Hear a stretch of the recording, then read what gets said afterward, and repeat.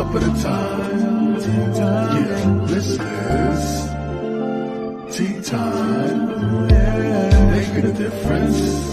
One cup at a time. Tea time. So be sure to grab your tea, grab a seat, and tune in to Miss Liz. Tea time. Making a difference. One cup at a time. Tea time, yeah. Tea time.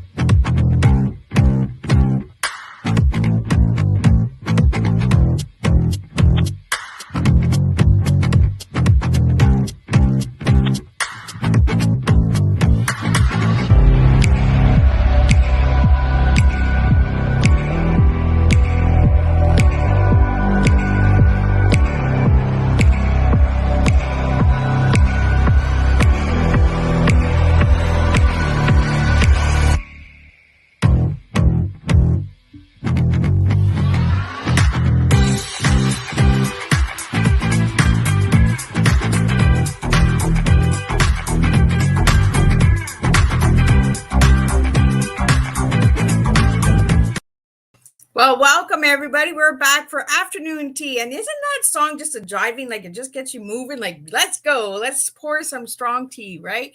So we are back this afternoon with our second tea time of this week, June 22nd of 2023. Almost at the end of June. Who knew, right? That we would make it this far. So we have an incredible guest in the back, sitting in the back studio, Lillian Brummet, who is from Brummet Media Group. She's an author, she's a blogger, she's a poet, she's all of those incredible things. But we're going to get the disclaimer going, and then we're going to get a little bit more into the bio, and then we're going to get Lillian in here, and she's just going to spill a good, strong TEA with all of you guys today. And we're going to learn about media, humanitarian aid, works, all of that good stuff, because I did my homework on this girl. So let's get started here. So disclaimer for Miss Liz's Tea Time Live Show. Miss Liz, myself, is going live using StreamYard. Before leaving a comment, please grant StreamYard permission to see your name at StreamYard.com. Please be advised that the content brought forward for any Tea Time show hosted by myself, Miss Liz, is always brought forth in good faith. However, may bring forth dialogues and opinions that are not representative of my platform. The facts and information are perceived to be accurate at the given time of airing. All Tea Time guests and audience participants are responsible for using their good judgment and taking any action that may relate to the discussion.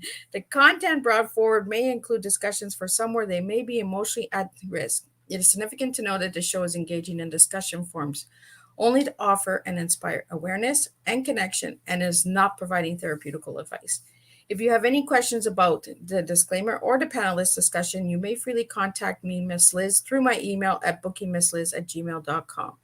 Moving forward, should you choose to voluntarily participate in today's show in any aspect, I myself, Miss Liz, welcomes you. And should you decide that the show is not made for you at this time, I respect your wishes and will see you at a later show at a later date and time. And again, all tea times this year in 2023 are done on Thursday, unless it's a rescheduled tea time, then it'll be Monday or Tuesday. So now let me give you a little bit on Lillian. Well, Lillian is flying solo today. She's doing the solo Hummingbird today. Lillian and her husband, Dave, are the team behind Brummet Media Group, high-fiving cheerfully as they pass each other on the way from checking off one item or others from their long list to do. Their business includes Dave's music studio and percussion repair services, numerous award-winning nonfiction books, a YouTube channel, and 2 popular blogs. You can get more on their website, or you can check them out on Amazon on their author pages. And we're going to get Lillian in here, and I'm going to sip on some maple tea because that's what Miss Liz is drinking. We're doing Canadian maple tea today. So welcome, Lillian. It is an honor to have you here. Thank you. And I have to say, Canadian tea, Canadian guest, that's a good combination there. Right? Yes. We got to keep that maple strong. We got to just keep serving strong women and strong maples, right? Because that's what I do. Well, absolutely. And, it supports a living forest. Every time that we're purchasing from products that encourage farmers, agriculture to keep that living forest happening, maple is one of them, comes from living trees, right? So we want to support that. Absolutely. And you're a tree girl because I've done my homework. You guys do a lot of humanitarian work besides the media group. So let's switch it a bit. Since we're talking about the maple, let's do the humanitarian work first, and then we'll get into the Okay. media stuff. So I did find that you guys received some amazing awards from British Columbia uh, for the community hero by LiveSmart BC program, Seeds of Diversity. Could you tell us a little bit about that one? Okay, so the first one that you mentioned actually came from the government of BC, and it was an Oh, award for being, an advocate and being proactive and hands-on participation in making the world a better place. The second one that you're talking about from Seeds of Diversity, they gave us this couple of different certificates, and one of them was one of appreciation for our support of their nonprofit organization. So Seeds of Diversity is like a sister organization with many other seed saving organizations, such as there are a couple in the UK, there's one down in the States. All of these organizations sort of pool their resources together. They partner, they help each other. They come to people's aid when there's disasters, when there's epidemics or any kind of, impact on agriculture. They're there to back up those seeds for those people in those industries. And so what they do is really, really important. They also prevent seeds from going from extinction. So what we have is all of these, old small farmers, old families that are slowly moving away from the small farms. And while small farms and gardens is now coming back up into like popularity, that genre is definitely growing now. At the same time, when the older generations start selling out their properties and moving away from what they're doing, there's potentially lost seed varieties. And so, old family heirlooms, people used to give away seeds as, gifts in wedding gifts and things like that. And there's still cultures that still continue that today. And so, you never know where these little pockets of really interesting seed varieties that just end up going extinct. So organizations like this they embrace those.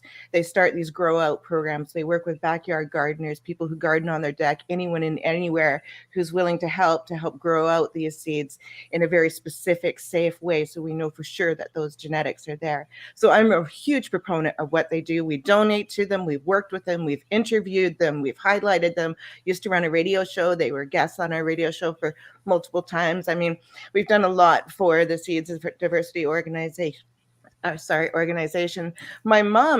My biological mom got me involved actually in that organization because she had a small family farm that she was running and became very involved in the rare and endangered seeds and animals as well, like ducks and things like that. She would help get involved with that. And so she was my early steps, early introductions. She became a member of Seeds of Diversity before they had that name, 35 years ago. And so I kind of inherited that membership responsibility and went from there. But yeah, I'm really, really passionate about that particular organization, among others. Well, you guys also donate seeds to low income gardeners, and you take bags of produce to the local food banks uh, Yes. with all of the seeds. So Yes.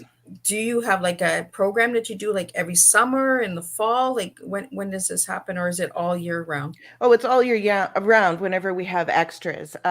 We will share with students that come through the studio and their parents. We will share with neighbors, especially elderly neighbors who are no longer able to garden and maybe, could potentially be struggling financially. I don't know their financial situation, but I always feel sorry for them, feel empathy for them. So I try to help out where I can. If it's extra to us, I'm going to give it it out to them. So we give it out in a lot of different ways. Dave's co-workers as well get, some as well when we're having huge harvests and I just can't keep up to the processing of it. And of course, when there's boxes that we, large harvest, we'll take it down to the food bank. We have a really interesting food program here locally. Through Gleaners and Grow Fresh program and a variety of other projects and programs going along locally in the Creston region. What they do is they work with seniors who have backyard gardens but can't physically work them anymore. So they'll get younger people who don't have backyard gardens to come in, or low-income groups to come in and start growing their own food on that property, and then they share it with the seniors that own that property. So there's another program that's called, I think, Harvest Share. It's literally what it is. So these volunteers go in to backyard gardens, where backyards, front yards, where people have fruit and nut trees that maybe they can't harvest. They can't physically harvest anymore. Maybe they don't have the time to harvest. Maybe they don't want all the fruit. So the group comes in, they harvest all the fruit. They'll give the owner a certain percentage or as much of that percentage that they want. And then they take the rest and they share it among the community. So it goes to places that feed the poor, local events, like if there's certain banquets and events going on, it goes there. It goes to the food bank. It goes to the senior center, a variety of different places. So it's a really cool food hub sort of network here locally. That is really cool. Like you guys do a lot of stuff. You guys also receive some awards from some incredible organizations and federations for your landscaping. Mm-hmm. You got some from Canadian Wildlife Federation, Pollinator Partnership, North American Butterfly Association, and the National Wildlife Federation. So I can just imagine your yard, your I'm sure you have a couple acres of land. Actually, I don't. I have what might be considered a double lot in the city. It's a large lot, and we bought it as 12, almost 13 years ago. It was formerly a rental. And so people had been driving on the yard and it hadn't been hardscaped or landscaped. There was no fence. There was no gardens. The lawn was really beat up, if you even want to call it a lawn. It was basically a weed patch and lots of dirt patches and stuff like that. So it was a really abused lot, and we turned it around into the little park that it is now. So we have, I think, 14 or 15 different trees and shrubs. We have berries all over the property, blackberries, blueberries, strawberries, yasta berries, hosta berries, currants and blackberries and goji berries. I mean, we have lots of food producing crops inside and outside the property. So we fence the entire property, not just the front yard, side yard, back, the whole thing, except for the part where we had to drive into the carport that we built. So other than having access to that, the whole thing is fenced in. And so that means the entire property that we're paying mortgage on, we're growing on. So we also, on the outside, we're, a resident of a city property, you're responsible for the land outside of your fence to the street for maintaining it. So, if it's lawn, you're watering it, you're mowing it, that kind of thing. So what we did, instead of having lawn out there, is we planted a bunch of pollinator friendly and habitat friendly shrubs and trees and bushes and things like that out there. So all along the outside of our property, we have a really nice system out there as well. Just this spring, we created yet another wildflower garden area specifically for wildflowers. I threw a few perennials in there as well. And we did this along the back side of the alley. So the back side of our fence has about 3 feet before the alley. And we converted all of that into growing space. And it's just going to be, it will be when all the seed comes in and the plants all, start up. It's very new. It'll be a solid hedge of pollinator friendly, beneficial friendly flowers and such going on out there. We extended it as well around the utility pole. So that means we're not out there weed whacking, we're not out there weeding, none of that. We have an irrigation line out there that's hooked up to the same system as our vegetable garden. So I just turn a tap and it waters out there. I no longer have to haul a hose over the fence or any of that kind of thing. So it reduces a lot of our work. It improves the neighborhood. It increases support for, beneficials in the area. But also, our yard is now going to be more productive because all of those pollinators are coming to the area, right? So we love it on all kinds of different levels. I can't tell you how many people stop, older people with their grandkids, walking along and having conversations about the butterflies or the bees or whatever that they're seeing in the various flowering, or the birds or what have you, the exclamations of the kids, that bonding that happens between them, the respite that people get when they walk along on a hot summer day and they're hitting those shade pockets that our gardens are providing the street, and reducing urban greenhouse effect in our particular neighborhood. We had people that have really enjoyed the improvement of the alley already, stopping and speaking to us. Even the postal person stopped and spoke with us about how it changes their day, brightens their day. And so it's really interesting to see the other effects that creating green space and doing something for the environment affects the community in a variety of different ways. It's not, just for the environment or just for the bees. It has a wide ranging effect. Well, and it affects all ages too, right? Because Yes. you have like little kids to seniors who are just like, oh my God, this is gorgeous. I would love to see some pictures of the, because I'm in Ontario, so BC is quite a way. Everyone thinks that Canada only has Toronto, Montreal, and Ottawa. We have BC, we have Edmonton, we have Alberta, we have Saskatchewan, Manitoba. There's so much people don't know about Canada that, we need to really get out there. Amazing job what you're doing, and I love how you're giving back. So how did you get from gardener to media?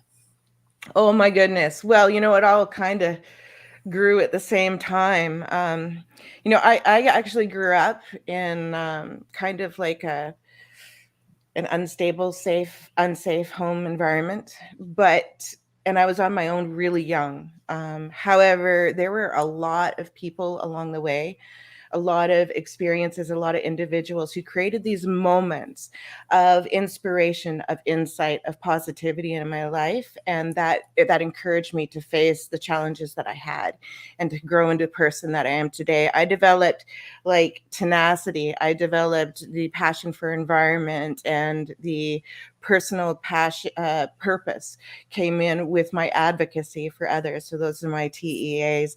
And I knew you were going there. And so, when I was young, I was very, very self-disciplined. Well, I still am. I developed that when I was very young, I guess is what I'm saying. I developed the self-discipline, the tenacity, the self-criticism, and the inner judge voice that I have is really, really loud.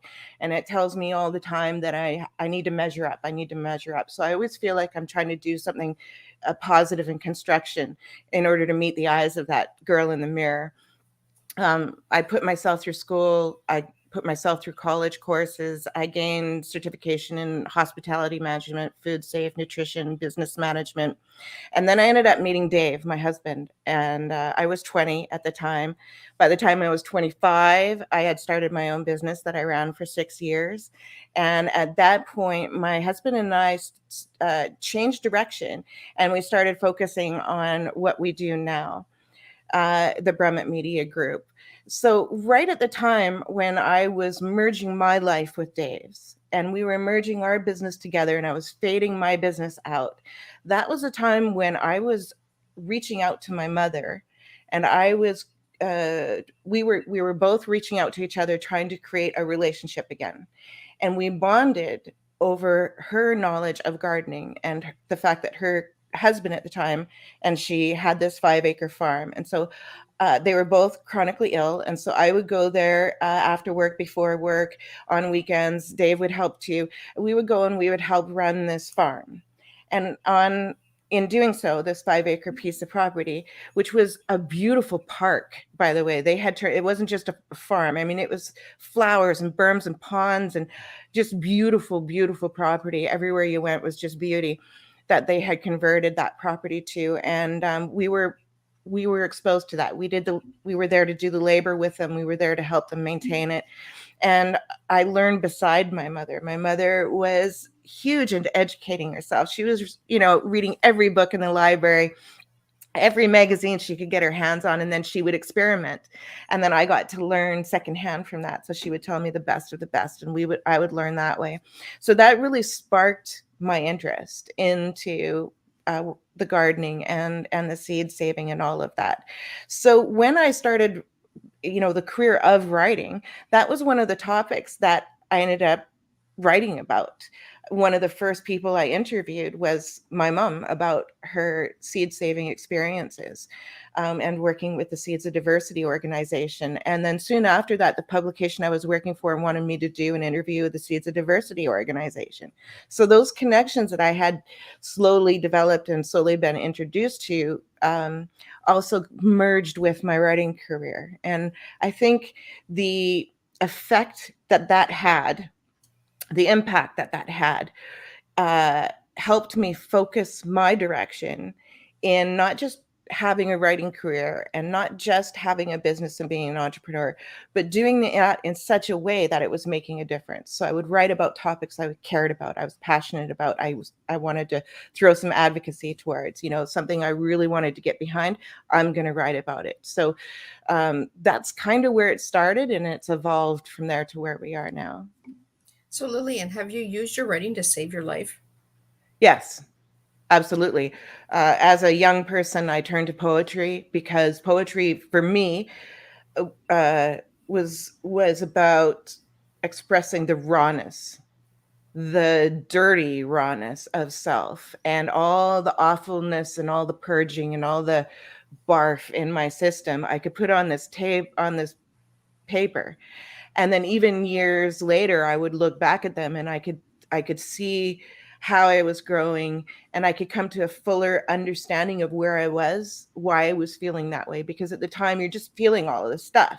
And you don't know what to do with it. It's just overwhelming. So putting it on paper and just sort of purging and getting it out of my system was therapy for me. Later on, that therapy came in multiple times. Poetry has been my therapy, and it's been my sanity through all the different challenges that I had. And I always relied on it to be there. The only time that it hasn't been there for me was right after my parents took their own life. And at that point, it just left me, and I wasn't able to even put words on paper to communicate, to understand or process what I was going through. It was just this huge fog of heaviness, this big elephant sitting on my chest, and I couldn't get over that for the longest time. And I think what was so devastating for me about that was the loss of the power of the pen. I couldn't write it. And so it took about 6 or 8 months, maybe a year, before I started forcing myself. Because normally I come running out of the shower, dripping wet with a poem in my head, and I got to get it down. Or I'm coming in from the garden, covered in mud, shoes still on, making a mess of the house because I'm looking for something to write on right now, because I've got the perfect line or the perfect. So it comes to me in these blasts. But for this situation, it didn't. I had to force myself to write. And after a while, it started to come back, and I was able to really process it. And I think it evolved my writing. And when it comes to being a poet, it put me in a different level of writing. I got much deeper, much more mature, much more introspective, much more I don't know how to, it just much deeper into the poetry than I had been before. It was just another level for me. And so it's been fun experimenting with that. Lately, I've been writing quite a few poems, and I hope that we'll be able to do another third book in our poetry series. But yeah, I'm really enjoying getting back into it for sure. Yeah, because a lot of people who go through trauma find writing heals, right? Because we want to purge that garbage. We want to pour it out, but we don't want to hurt others because we're already hurting ourselves. Right. So the paper and the pen can take that pain. It's almost like the pen is like the security blanket. Yes. It's not going to hurt you back, right? You can put it on that paper, you can rip it, you can burn it, you can save it. When you started writing poetry, Lillian, was it about any form of abuse or trauma or anything like that? Were they heavy poems, or were they like releasing poems? Or Yeah, they were a lot of self-hate, a lot of anger, a lot of frustration, a lot of criticism about society, um, a lot of angst was going on then. It took some time before I was able to write about it in such a way where I could say, hey, this happened. And so initially, it was more about the emotion as opposed to what happened. So, yeah. Yeah, I as a survivor of abuse myself, I don't know your story. I know that it does touch home because I did do a lot of research on you, Lillian, and I know that you have a story, and that. So let's talk about some of the books that you've written besides the Okay. poetry books. Mhm. So, what was the number one book that you wrote first after the poetry? Trash Talk. Trash Talk was is now a 2-book series. Initially, it was published in I think 2004 as a single book, based on a column that I had written. That column was published internationally, so it published in France and UK and the States and all over Canada, a couple of places in Russia. Like, it had some readership out there, and then I think I did that column for about 7 years before I think it was 7 years before I turned it into the book format. And then in 2012, it evolved into a 2-book series. So it's a Trash Talk, It's Easy to Be Green 2-book series now. Yeah. So, what is trash talk? Okay, so it's talking about trash.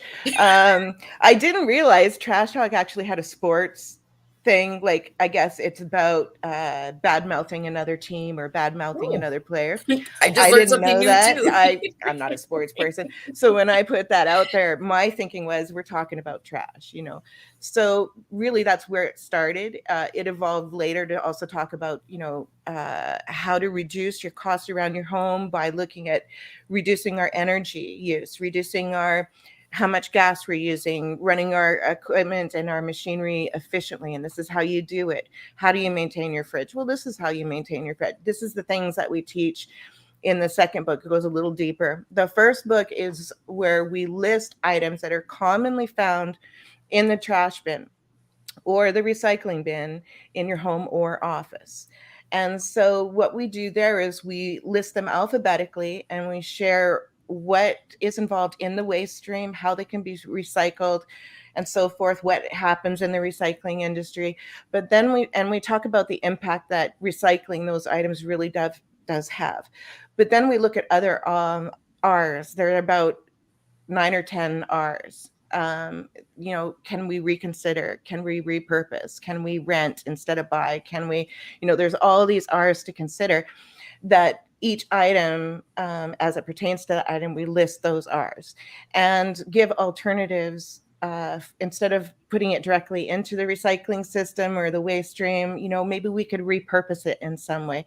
Can we donate it to someone who can then repurpose it in some way, such as someone in a woodworking workshop who might use those little yogurt cups, those little tiny plastic ones for rinsing out their paintbrushes or to mix the glue for their wood or whatever. So there's things that we can do that help out others and help out others in the community with our so-called trash as well. Now, the second book does go a little bit deeper. So it's going to talk about like eco vacations and a chapter called Clean Walking, where we talk about responsible use of trails and how we can be proactive in cleaning up litter and all kinds of things like that.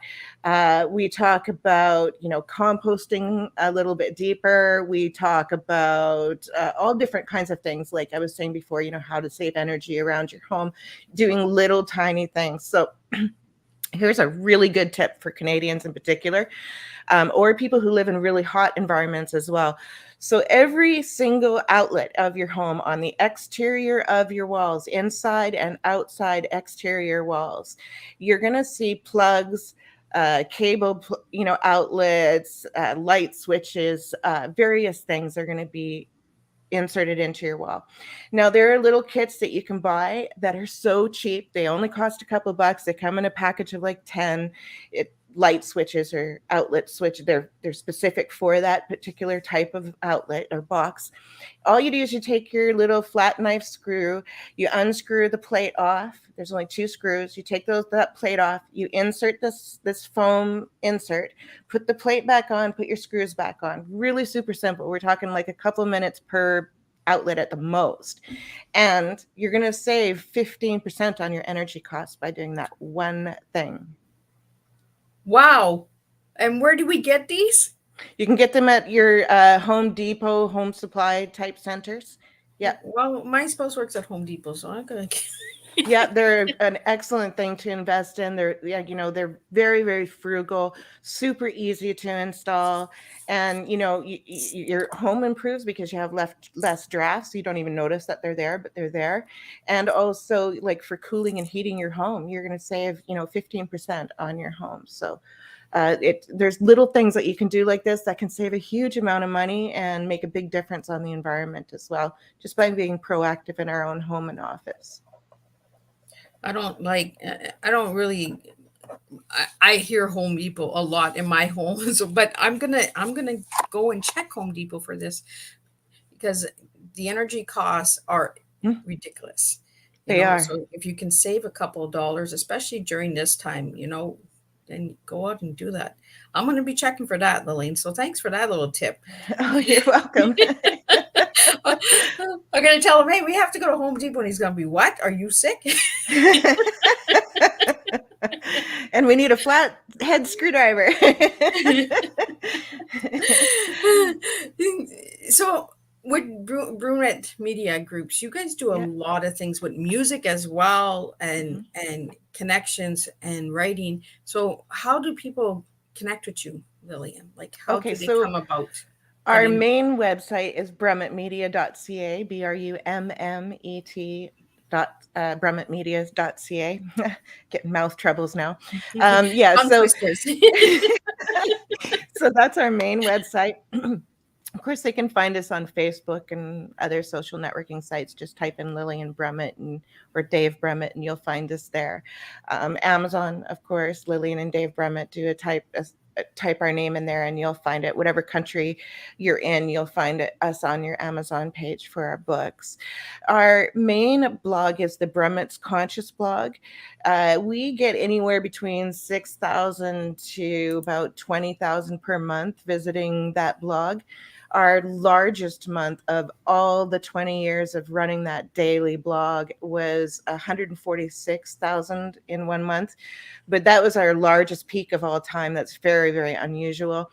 We're typically around the 6 to 15, but just recently this month we've had, I think, 25,000 so far. So it goes up and down. It's a really popular blog. Brummet's Conscious blog is what they need to do a search for. We have another blog that's called Drum It with Brummet, and it acts like a sister site to Dave's Angle Hill Studio Services. My husband is the drummer and the performer and the drum repair and service guy. He teaches private workshops, private lessons, and he does repairs and services. He figures no drum is beyond repair. In fact, he's taken drums that are entirely in bits and parts and pieces, putting them together and making an instrument, a playing instrument. So he's very passionate about not having things go to waste and helping out other organizations. He has this program called Drum It Forward. And that's where he takes all these bits and pieces of, parts that he's gathered all of these years or had given to him from retail stores where they like, where do these parts come from? And they give it to him because they're just loose parts, or broken drums that people just give him. They found it in their barn or something and they give it to him. And so he fixes these things up, and then he helps and he uses his various parts and pieces to help underprivileged students fix up their instruments, give them a used head that's better than their old head or something like that. So he does these types of things for underprivileged students, just unsung, it's just something he does.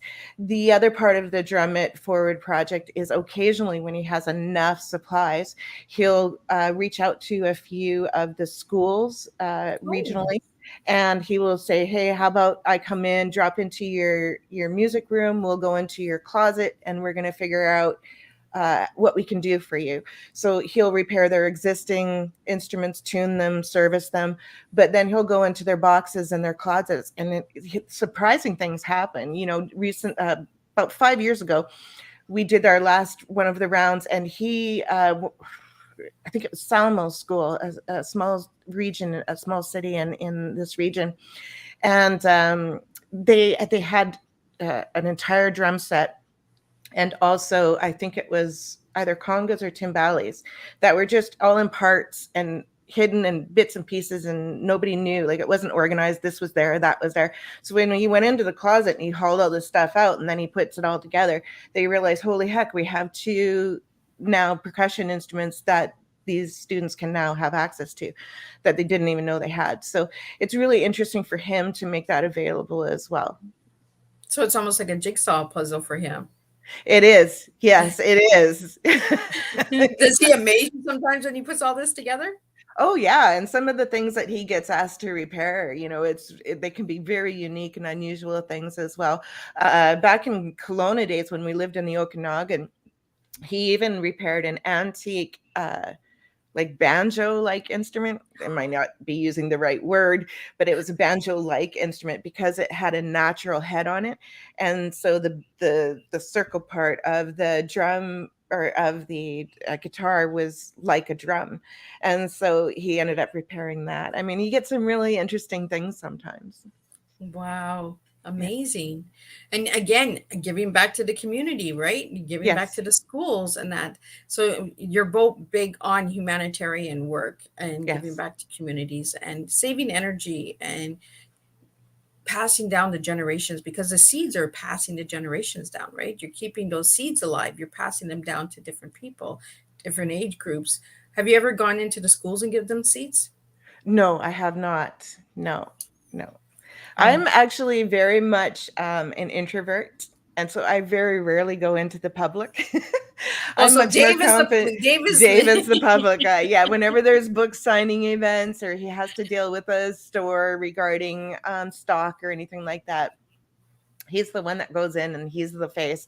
But when it comes to online stuff or media, this is where I come in, and that's the face that people see. So we split up. We do the 2 different things. He's very charming and very comfortable with people. I get really nervous, oh my God, someone's making eye contact, and I get really really nervous and Don't look at me. uncomfortable. And yeah, I don't really love it. So I kind of avoid it. Yeah.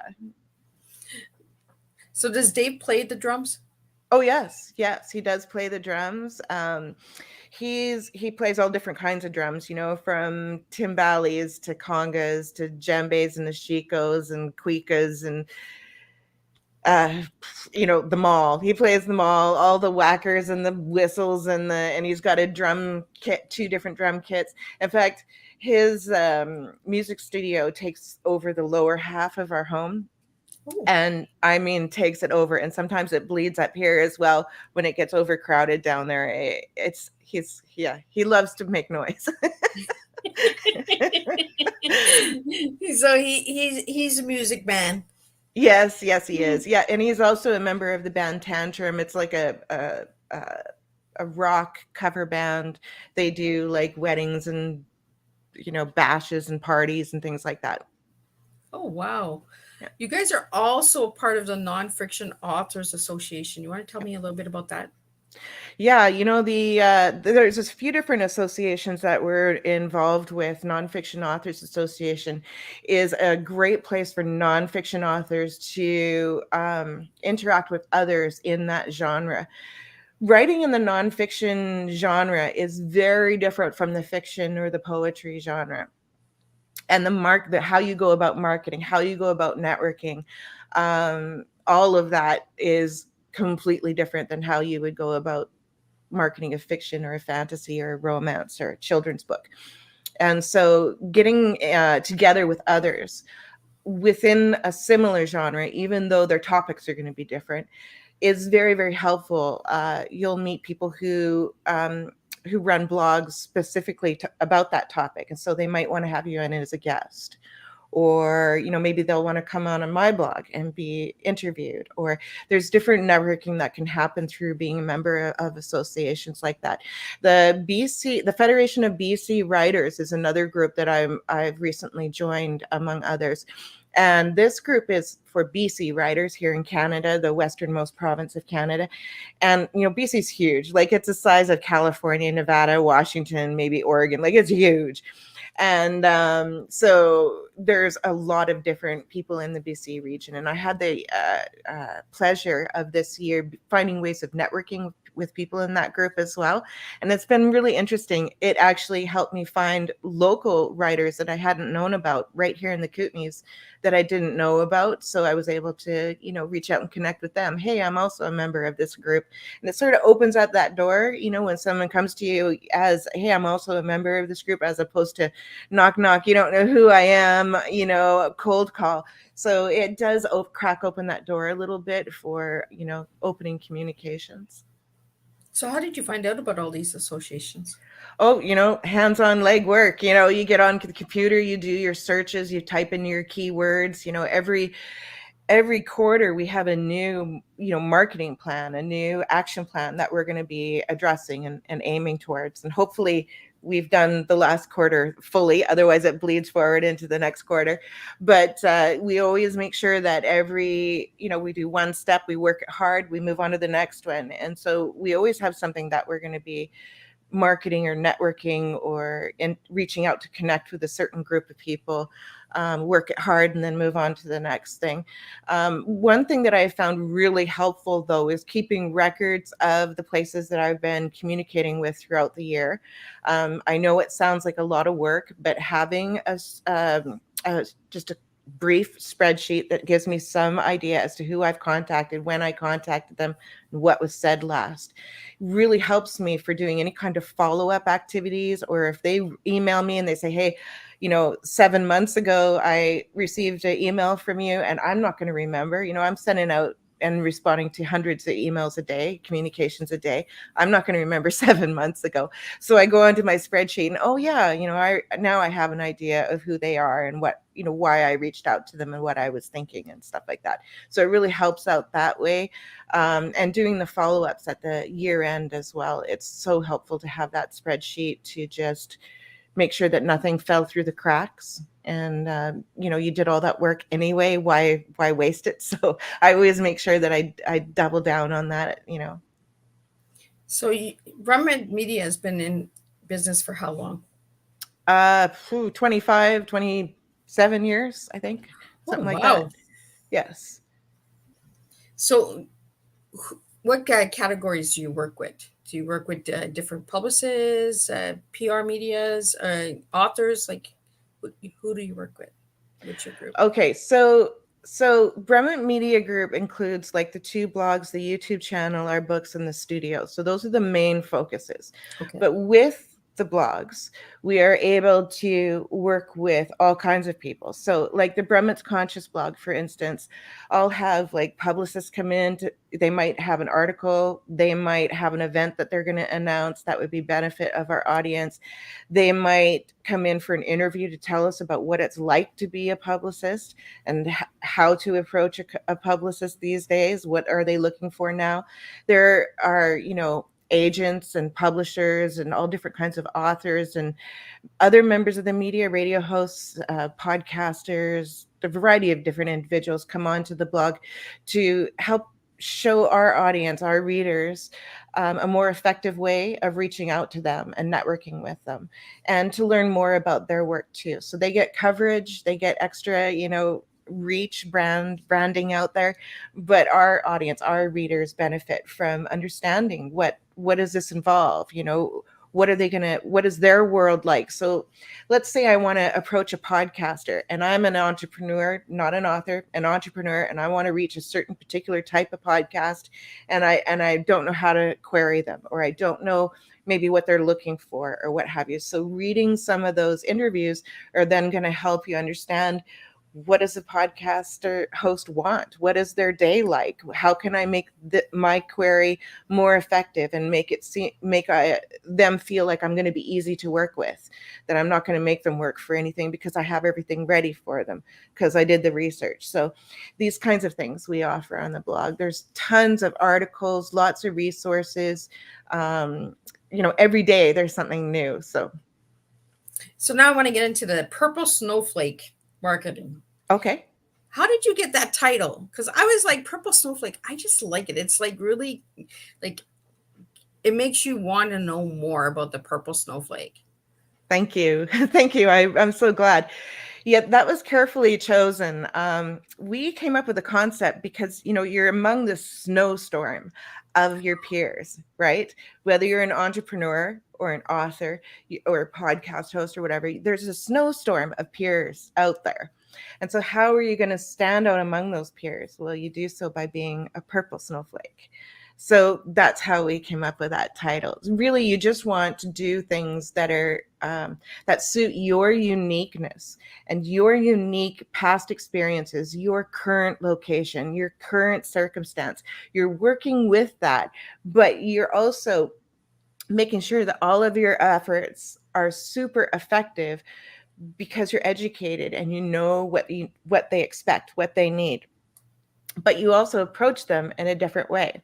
So like we were talking about with making that connection with other local authors, if I'm a member of the group and I see that they're also a member of the group, or if I'm on LinkedIn and I also see them on LinkedIn, I can use that as my intro to them. Hey, I saw you on LinkedIn. I saw your post on this or that.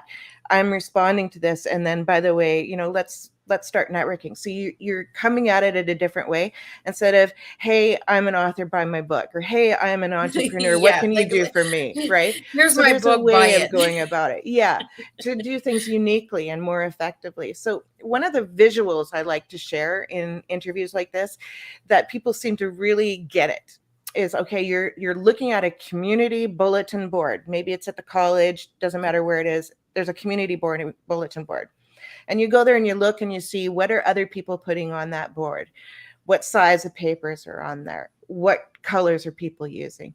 Then you go home and you think about how you can stand out visually on that board. Can I go with a different font, a different color, a larger font, a different shape? Can I do a triangle or a circle or an octagon? Or can I do like quarter pages and half pages?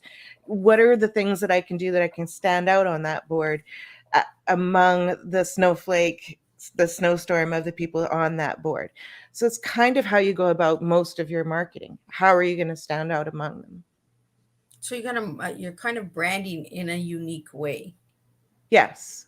So you mentioned colors and shapes and all of that. And I asked you what your favorite color was, and you gave me a couple of favorite colors. So I want to get into those colors because colors tells me a lot about people. Okay. And you gave me purple, burgundy, brown, and blue. So Yeah. why those 4 colors? I don't know. I just love them. I think blue makes me think of, summer days and lakes. Water is very healing. So it always makes me think of that. Blue sky, sunny openness, freshness. Green always makes me think of like renewal, spring, renewal, refreshing, nature, like turning a fresh page kind of thing. Purple, it's just a color I just really am drawn to. I don't really understand that one. Brown, I would assume the brown, the tans, those would be, I guess, maybe my connection to earth, like the soil itself. Maybe that's where it comes from. I'm not sure, but I really like different tones of brown too. Yeah, that's what I was getting from the blues of the skies and the water, and then the browns were more like the earth and the composting and all of that because it's all Right. in the brown Purple, shades. the Right? flowers, maybe. Purple might be the butterflies and the Right. flowers, right? We just Yeah. never know why we're drawn to certain colors, and then sometimes we're just like, it reminds us of a certain person. They might have wore a purple dress or a purple hat or something. Right. It could be something from childhood that it just came to you and you're just like, no, I'm just drawn to it. You know, Right. maybe you had a purple lollipop when you were, And that was it. I was stuck on that purple was from it. that it. Yeah. The purple lollipop got me, right? You know, you mentioned earlier when you were introducing me, you said a solo hummingbird. And I thought that was really interesting because that's actually one of my nicknames is the hummingbird. And there's this really sweet elderly lady. She calls me her little flower, but she also refers to me as a hummingbird as well because I'm always so busy, doing things and involved in something. So I thought it was interesting that you mentioned that because I've been Well, called when I that. asked you one word to describe yourself, you gave me the word hummingbird, and then I Oh, did actually I? found a beautiful song on Instagram with all the promotion. There's actually a song called Hummingbird, and the words just kind of give you that solo journey. You're with partners, you're with children and families and that, but the hummingbird actually does fly solo. Hmm. You never ever see, like, you'll see them coming like really fast because they're really fast birds, but I mean, you never see them in pairs, you Right. always see them solo. Yes. And that's what I got from it. Like, you and your husband have this business, but yet you're here as a solo hummingbird, and I just felt that it was a calling to say. uh so why the hummingbird for you, besides somebody calling you the hummingbird? For me, um, the hummingbird, the hummingbird makes me think of a poem I wrote called Wings, Wings on a Breeze.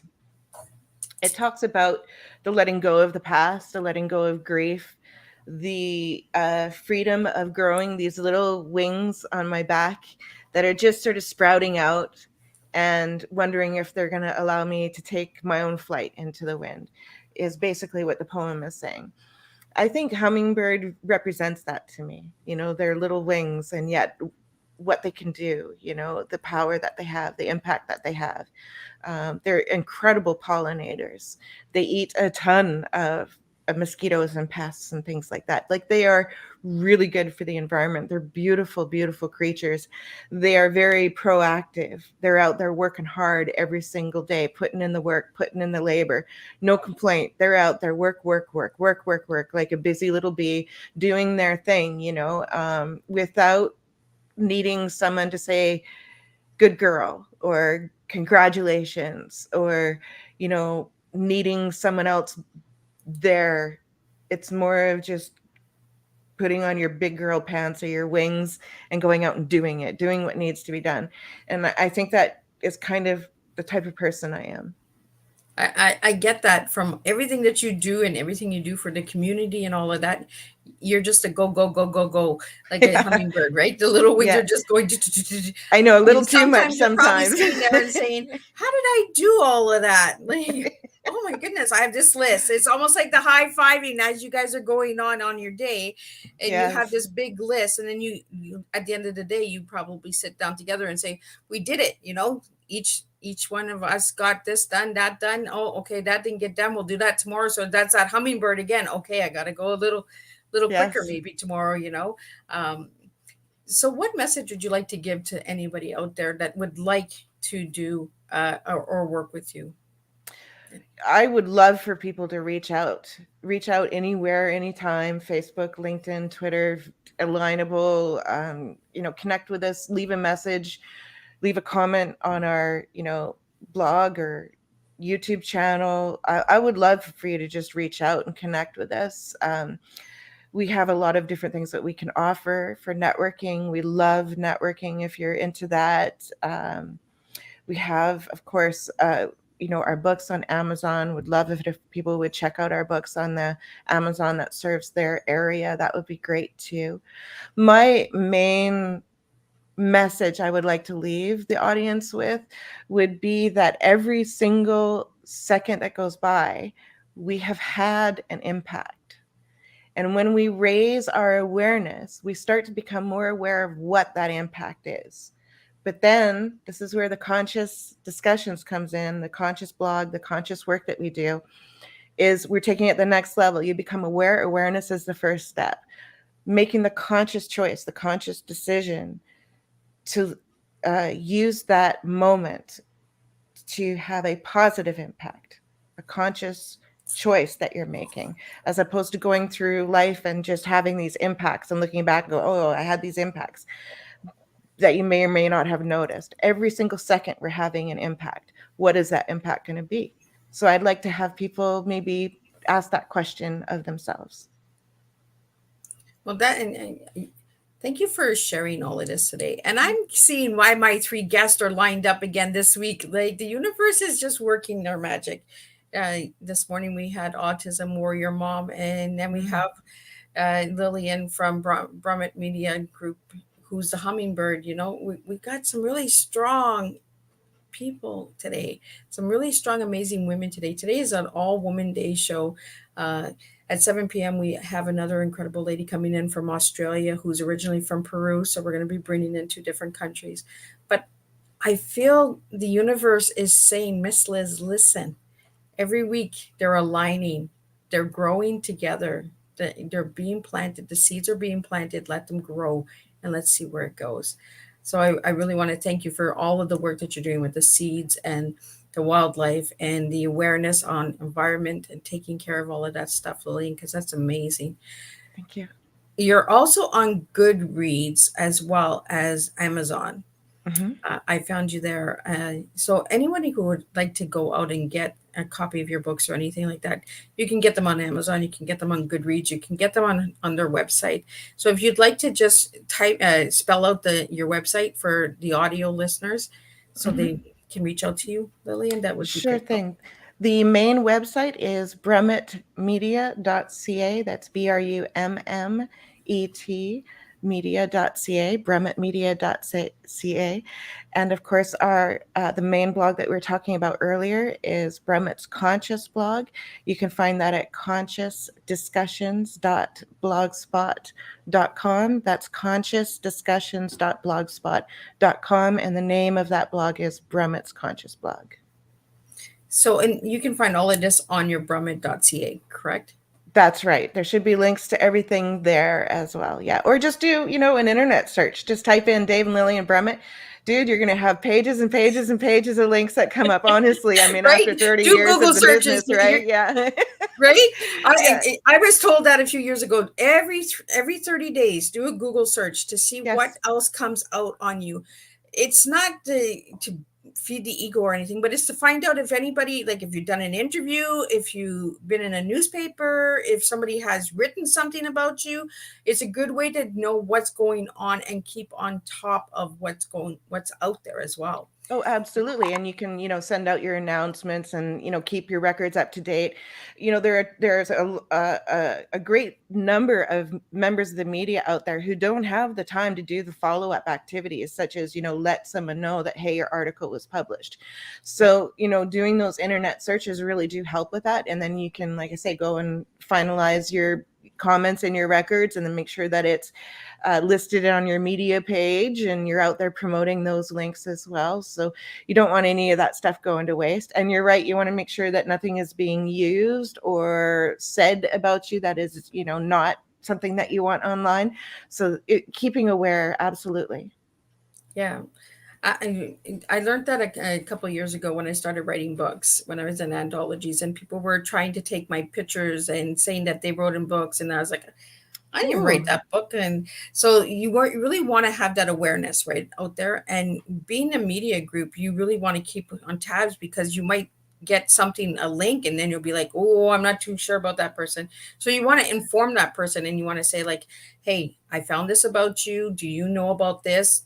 It also brings that open conversation of clients and that as well. And I love the spreadsheet because I'm the same way. I like to keep in contact with all of my guests and all of that. So they don't just come and sit here for 1 hour with me. I actually poke on them. Like if they have new updates or anything like that, I post those as well. So if you have any of those things in the future, Lillian, I would love to share them. Do you have any events that you and Dave have coming up in the future? Events? No, not right away. I mean, there's gigs, lots of gigs with the bands and, events in the studio that are private workshops and private events and things like that, private parties. So not too much to announce here as far as events go, but activities, yes. We're currently at the stage of finalizing a trilogy that we're releasing this summer, late summer now. I was hoping to have it around midsummer, but I think it's going to be late summer now when this comes out. And this is actually a series that's encompasses Dave's late father's writings. So his short stories, his poetry, his family memoirs, and his photography collections are all being worked into this trilogy. We're at the formatting stage, final, cover design stages. So one book at a time. We're going to be releasing them in the very near future. We always feel like things are going to happen quicker than they do. So I hate to put an actual date on things, but it will be coming out this late summer for sure. Behind the scenes as well, I'm working on a manuscript for a backyard garden guide for people who are looking at turning their garden or their lawns into food production. And so that book will be coming along to help them out in that regard too. Well, thank you so much, Lillian, for joining me today on Tea Time. And it was amazing having you here as a guest. And I learned so much about flowers, butterflies, media, authors, poets, poetry. I've learned it all this afternoon. So for everyone out there, share this Tea Time. If you're looking for an enjoyable tea time to learn a lot about the environment, to learn a lot about gardening and seeding and media, we got it all on this Tea Time. So shares. If you'd like to follow all of the Tea Times, give the YouTube channel of Miss Liz a follow, a subscribe, and ring that doorbell. So if you ring the doorbell, the little bell on the YouTube channel, you'll be notified for all of the Tea Times when they go live. So again, thank you so much, Lillian, for joining me today on Tea Time. And I will be back at 7 p.m. with the last Tea Time with Karen O'Connor from Australia. So we're going to be talking about speaking authentically. So that should be an incredible one as well. So I'll see you all then. Until then, serve your tea.